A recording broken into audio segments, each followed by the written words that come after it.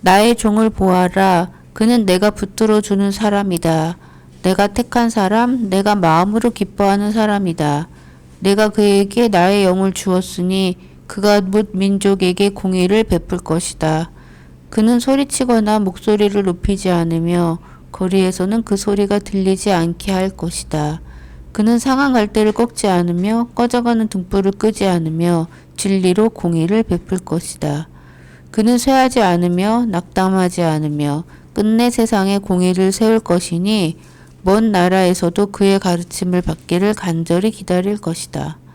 하나님께서 하늘을 창조하여 펴시고 땅을 만드시고 거기에 사는 온갖 것을 만드셨다. 땅 위에 사는 백성에게 생명을 주시고 땅 위에 걸어다니는 사람들에게 목숨을 주셨다. 주 하나님께서 이렇게 말씀하신다.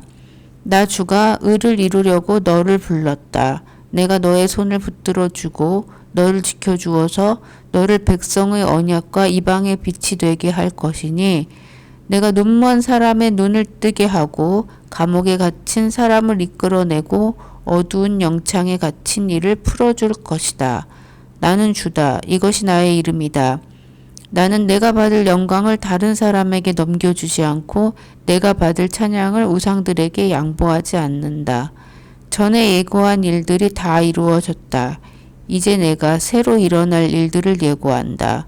그 일들이 일어나기 전에 내가 너희에게 일러준다.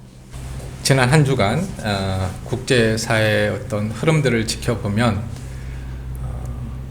우리 그리스도인들은 깊은 고민에 또 빠지지 않을 수가 없었습니다.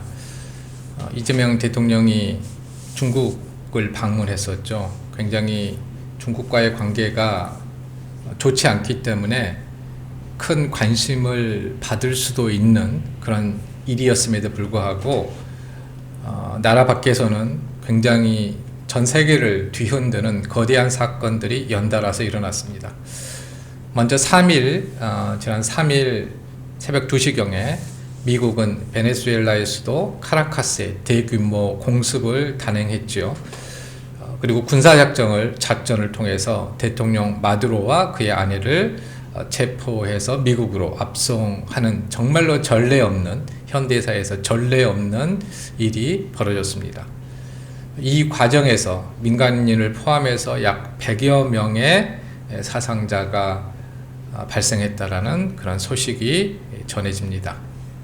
그리고 이어서 5일에는 마두로와 그의 아내를 뉴욕 연방법원에 마약 및 무기 관련 혐의로 기소했고 베네수엘라의 핵심 자원인 원유 판매 수익을 무기한 통제하겠다라고 선언을 했습니다. 그런데 사건이 여기에서 그치지 않았습니다. 6일에는 덴마크 자치령인 그린란드에 대한 미군의 투입 가능성, 이어지는 소식에 1인당 10만 달러에서 100만 달러까지 주고 이렇게 강제로 아니더라도 어쨌든 합병을 하는 방식을 지금 찾고 있습니다. 북구 강로와 히토류 미사일 방어 체계의 핵심 거점을 확보하겠다라는 그런 전략적인 야욕을 숨기지 않은 것이죠. 그리고 8일 트럼프 대통령은 66개 국제기구 및 기관에서 탈퇴하는 대통령령에 서명을 했습니다. 그 이유에 대해서 미 국무부는 미국의 주권과 자유에 위협이 된다. 이러한 성명을 발표를 했습니다. 전문가들은 이 일련의 사건들이 하나의 일관된 메시지를 던지고 있다라고 그렇게 분석을 하고 있습니다.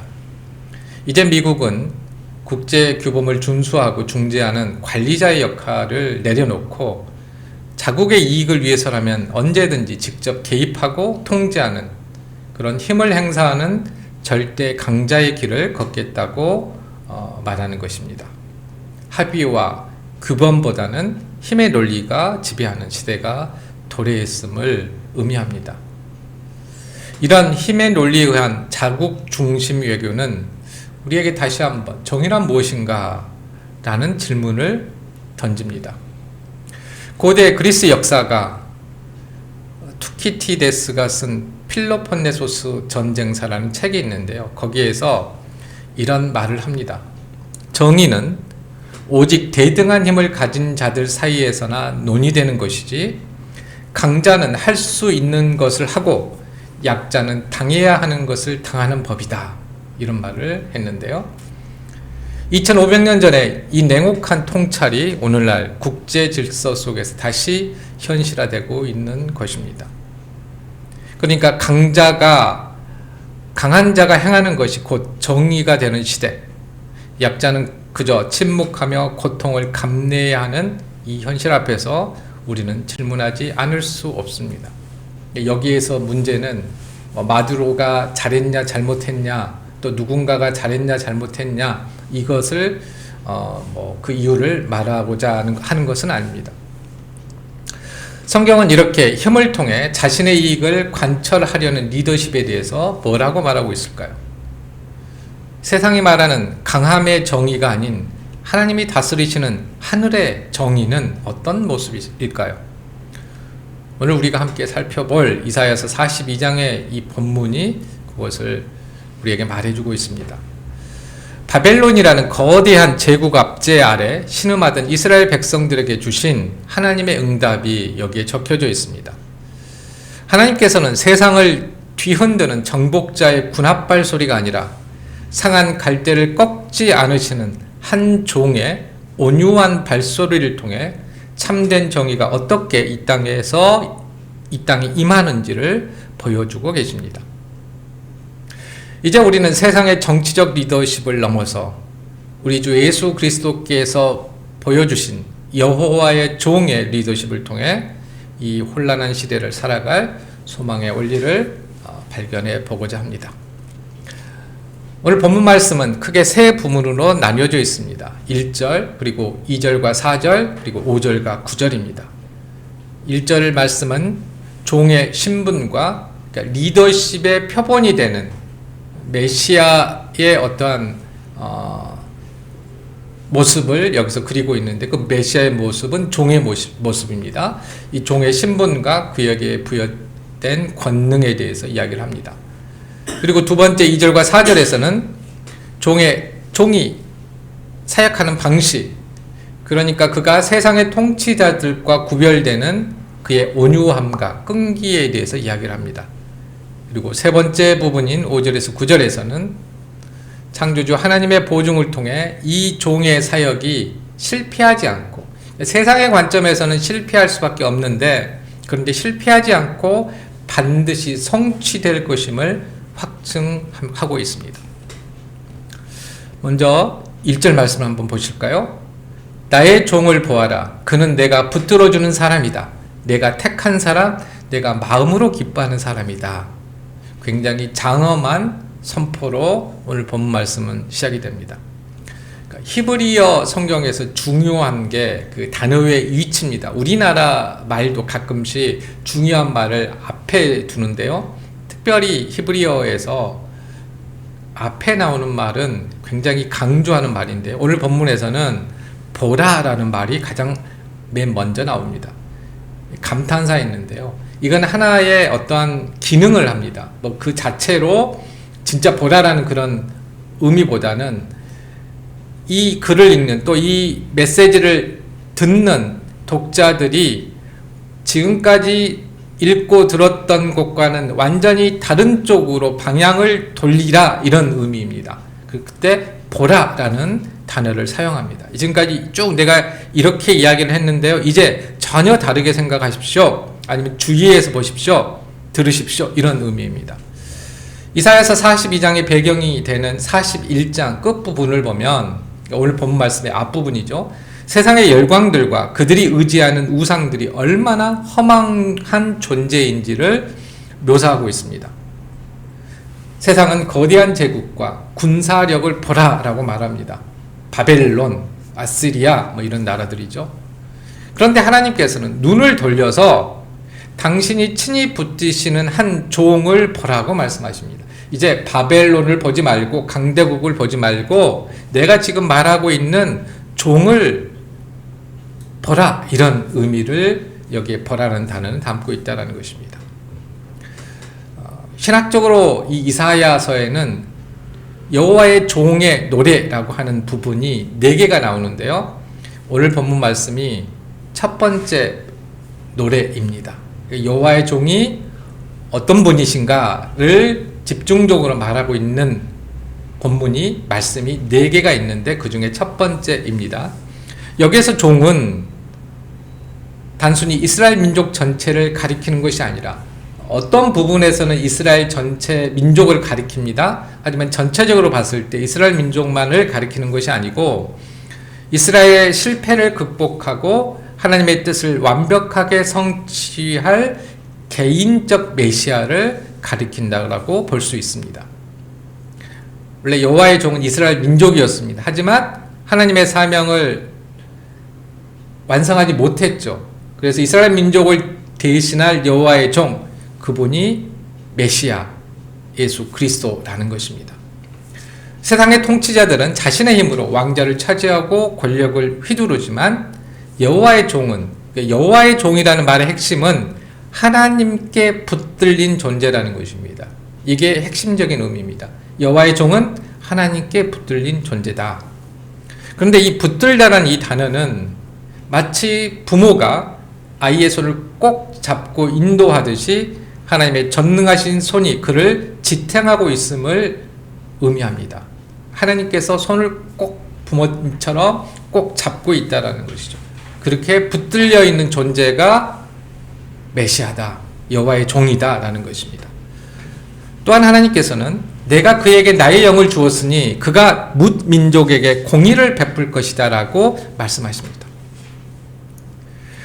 세상 리더십의 근거는 군사력, 우리가 지난주에 경험했던 경제적 자원, 그린란드의 히토류, 이런 북극권, 이런 것이 있다면 여호와의 종의 사역의 근거는 성령에 있습니다. 성령. 여기에서 정의는 히브리어로 미슈파트라고 합니다.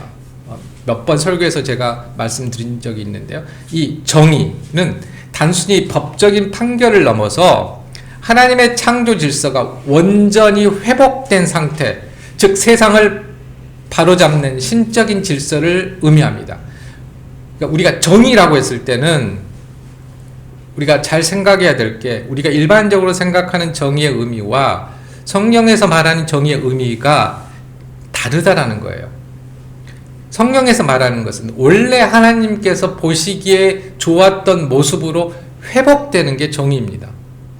그러니까 우리가 합리적으로 생각해서 이게 사람들에게 더 나은 것 같다라고 해서 다수가 결정을 해서 옳다라고 생각하는 것, 이게 정의가 아닌 것이죠. 근데 물론 두 개는 겹치는 부분이 있지만 정확하게는 회복되는 것입니다. 파괴된 하나님의 질서가 회복되는 것, 이게 정의입니다. 인간의 힘은 질서를 파괴하며 자국의 이익을 취하지만 하나님의 종은 성령의 능력으로 온 세상의 참된 질서를 회복합니다. 그러니까 이 성령의 역사가 굉장히 중요한 이유는 성령께서 함께 하셔야지 인간이 자기의 욕망을 멈추고 하나님의 계획대로 하나님의 뜻을 실천할 수 있다는 것입니다. 성도 여러분, 우리는 오늘날 미국의 패권주의나 미국만 패권주의가 있는 게 아니죠. 중국도 시도하고 있고요. 러시아도 그렇습니다. 강대국들은 다 그렇습니다. 이 패권주의나 국제정세의 급변을 보며 불안해합니다. 더 강한 힘이 있어야 우리를 지킬 수 있지 않을까, 그런 유혹을 받지요. 그러나 오늘 본문은 우리에게 도전합니다. 우리가 진정으로 바라보아야 할 분은 핵무기를 가진 권력자, 소위 말하는 천조국, 돈이 많은 나라, 그러한 권력자가 아니라 하나님의 영으로 충만한 여호와의 종입니다. 우리의 가정에서, 직장에서 우리는 어떤 방식으로 문제를 해결하려고 합니까? 혹시 목소리가 큰 사람이 이긴다는 세상의 원리나 상대방을 제압할 수 있는 지위나 정보라는 힘을 사용하고 있지는 않습니까? 참된 그리스도인의 리더십은 내가 얼마나 강한가에 있지 않고 내가 얼마나 하나님께 붙들려 있는가에 있습니다. 세상의 정의는 강자가 자신의 의지를 관철하기 위해 소리를 높이고 무력을 행사하는 방식으로 나타납니다. 앞서 서론에서 말씀드렸듯이 미국은 자신의 이익을 위해서 국제 규범을 무시하고 군사 개입을 단행했습니다. 그러나 오늘 본문 2절에서 4절 말씀을 보면요, 여호와의 종이 정의를 세우는 방식은 우리가 경험하고 있는 세상의 방식과는 완전히 다르다는 것을 보여줍니다. 2절 말씀입니다. 그는 소리치거나 목소리를 높이지 않으며 거리에서는 그 소리가 들리지 않게 할 것이다. 이것은 세상의 정복자들이 승전고를 울리며 입성하거나 대중 선동을 통해서 자신의 유세를 과시하는 것과 정반대의 모습입니다. 이 구절은 종의 겸손과 조용한 헌신을 강조하는 것입니다.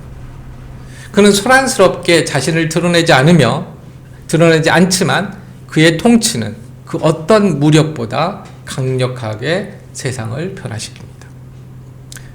가장 감동적인 부분이 3절 말씀인데요. 그는 상한 갈대를 꺾지 않으며 꺼져가는 등불을 끄지 않으며 진리로 공의를 베풀 것이다.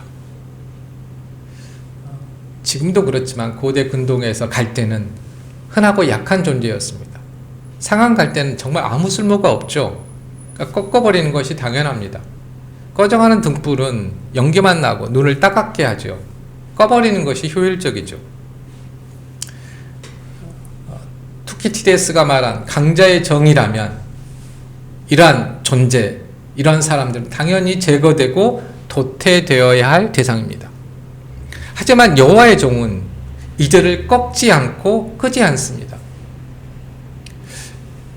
이 묘사는 하나님께서 세상의 가치 기준으로 버려진 자들을 그러니까 세상의 가치 기준으로 버려진 자들을 보지 않고 아주 그러한 사람들을 세밀하게 돌보는 그런 모습입니다.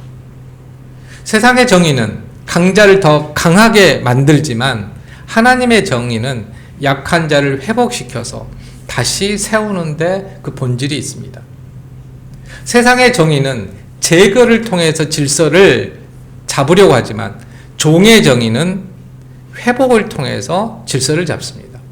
잘 생각해 보십시오. 제 정의를 세우기 위해서 우리나라뿐만 아니라 많은 나라에서 하고 있는 또 역사적으로 하는 방식이 뭐였습니까? 대부분이 제거입니다. 책임이 있으니까 물론 그것이 틀렸다는 말이 아닙니다. 하지만 종의 정의는 훨씬 더 범위가 넓습니다. 책임을 져야 되지만 결국에는 그 사람조차도 회복을 시키는데 목적이 있다는 것입니다. 그는 약한 자를 희생시켜 강한 자의 배를 불리는 것이 아니라 자신의 능력을 사용해서 약한 자를 다시 서게 합니다. 이것이 하나님의 정의, 하나님의 미슈파트가 실현되는 방식입니다. 그런데 사실은 4절에서 놀라운 이야기가 이어집니다. 그는 쇠하지 않으며 낙담하지 않으며 끝내 세상의 공의를 세울 것이니 라고 선포된다는 것입니다. 이 구절에는 굉장히 정교한 언어 유희가 숨어져 있습니다. 자, 쇠하지 아니하며에 사용된 이 히브리어는 앞절에 있는 꺾지 않으며 끄지 않으며라는 단어와 어근이 같습니다. 그리고 낙담하다라는 이 단어는 앞에 있는 상한이라는 단어와 어근이 같습니다. 즉 하나님은 약한 자들을 꺾거나 끄지 않으시기 때문에 여호와의 종도 꺼지거나 꺾이지 않는다는 것입니다. 그리고 쇠하지 않으며 낙담하지 않을 것입니다. 세상의 혁명가들은 처음에는 뜨거운 열정으로 시작하지만 현실의 벽에 부딪히거나 권력의 맛을 보게 되면 변질되거나 지쳐서 포기합니다. 역사적으로 무슨 주의, 무슨 이데올로기 전부 다 정의를 외치고 권력을 잡지만 결국에는 그들 자신이 시간이 지나면 타도의 대상이 되고 있는 것을 우리는 보게 됩니다. 인간의 힘으로 세우려는 정의는 한계가 있습니다. 그러나 여호와의 종은 성령의 능력으로 사역하기 때문에 지치지가 않습니다. 그런 십자가라는 거대한 저항과 죽음이라는 절망 앞에서도 꺾이지 않았습니다. 그는 부활을 통해 죽음을 이기셨고 마침내 세상에 정의를 세우셨습니다. 오늘날 우리 사회는 효율성과 성과라는 이름 아래에서 상한 갈대와 같은 사람들을 너무나 쉽게 도태시킵니다. 직장에서 실적이 조조한 동료들, 공동체에 적응하지 못하고 겉도는 사람들, 혹은 심리적으로 무너져 연기만 내고 있는 사람들, 이 사람들을 향해서 우리는 어떤 태도를 보이고 있습니까? 아, 저 사람은 이제 끝났다. 조직을 위해서 저런 사람은 정리하는 게 맞아 라고 생각하고 있지는 않습니까? 저도 일을 하다 보면 게으름을 피우거나 일을 못하면 참 그만뒀으면 좋겠다라는 마음이 생깁니다. 누가 저를 보기에 그렇게 생각할 수도 있을 것 같습니다. 물론 일을 잘 해야 되고 잘하는 것은 중요한 일입니다. 그렇지만 거기에서 멈춰서는 안 된다는 것이죠. 그리스도인의 삶의 방식은 달라야 합니다. 진정한 정의는 목소리를 높여 상대방을 비난하거나 힘으로 제압하는 것이 아니라 무너진 자의 곁을 조용히 지키며 그가 다시 일어설 수 있도록 돕는 온유함이 있습니다. 우리의 삶을 포기하고 능력이 안 되는데 그렇게 해야 된다는 그런 의미가 아닙니다. 할 수 있는 한 그렇게 해야 된다는 것이죠. 우리의 자녀가 성적이 떨어져 꺼져가는 등불과 같을 때, 우리의 배우자가 직장 생활에 지쳐 상한 갈대와 같을 때 세상의 논리로 그들을 다그치면 안 된다는 것입니다. 여호와의 종이 보여주신 그 조용한 인내와 긍휼로 우리는 그들을 대해야 합니다. 그것이 이 힘의 시대에 그리스도인이 보여줄 수 있는 가장 강력한 문화에, 세상의 문화에 대항하는 정의라고 할 수 있습니다.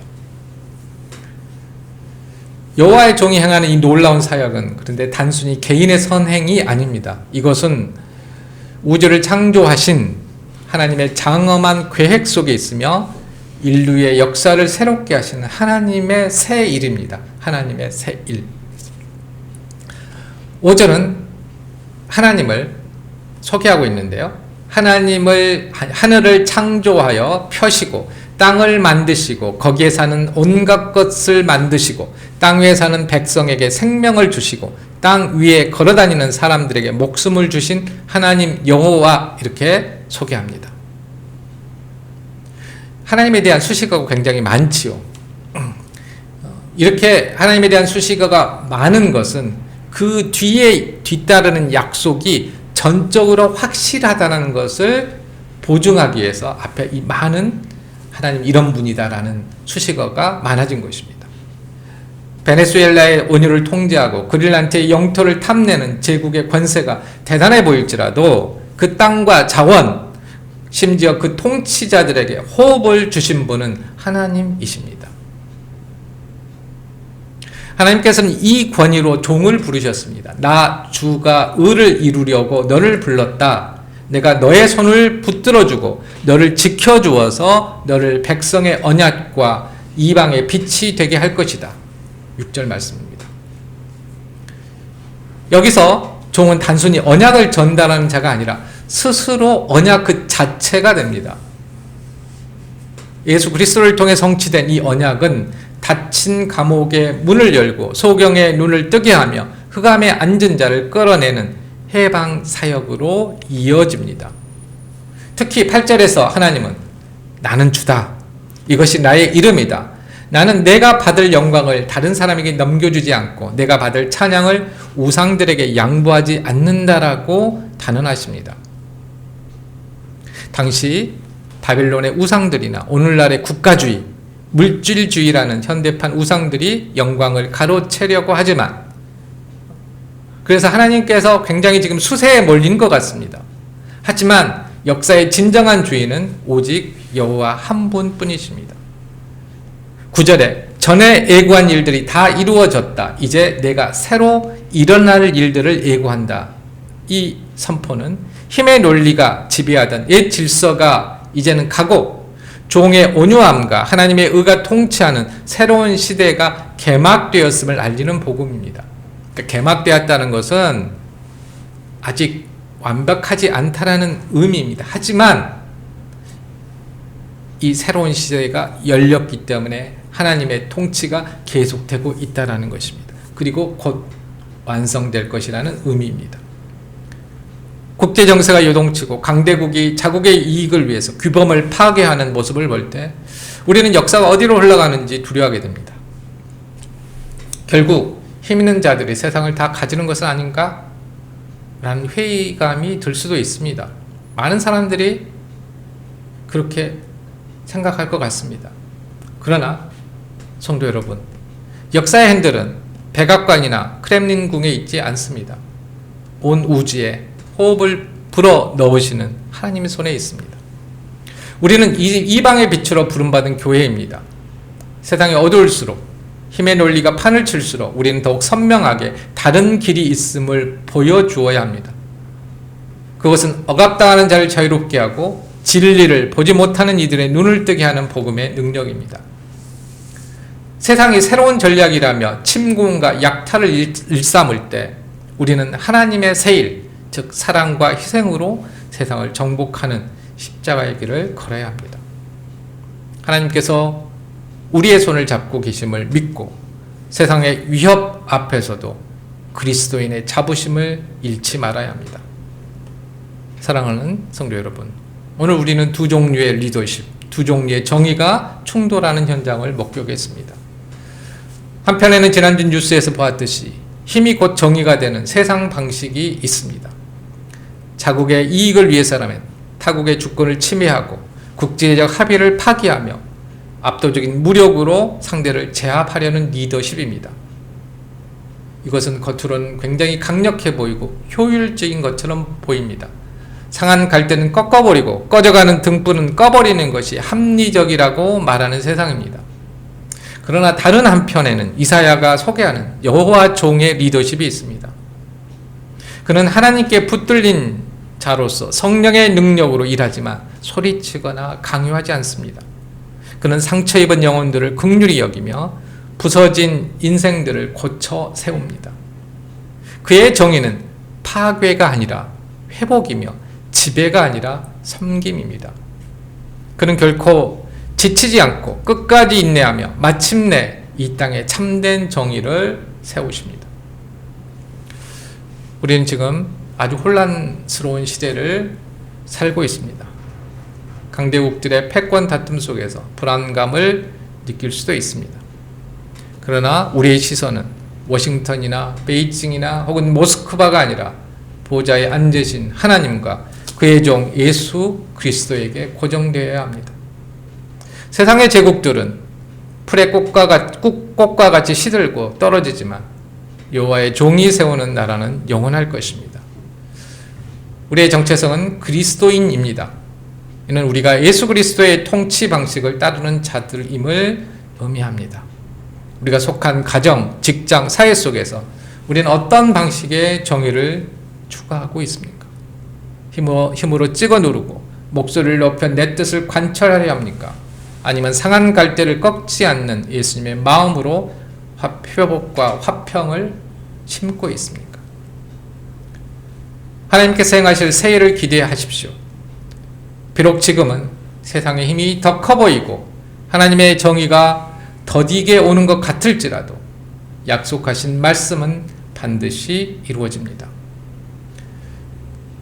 흑암에 사는 자들을 감옥으로 이끌어 내시는 주님의 해방 사역에 우리는 동참해야 합니다. 힘의 논리가 아닌 십자가의 사랑으로, 억압이 아닌 섬김으로, 외침이 아닌 기도로 이 땅에 하나님의 미슈파트 정의를 흘려보내는 저와 여러분 되시기를 주님의 이름으로 축원합니다. 아멘. 기도하겠습니다.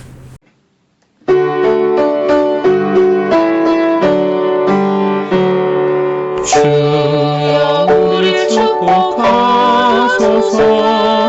당신의 평화를 주소서. 우리 위에 주의 손으로 주여 잡아주소서. 어두운 세상에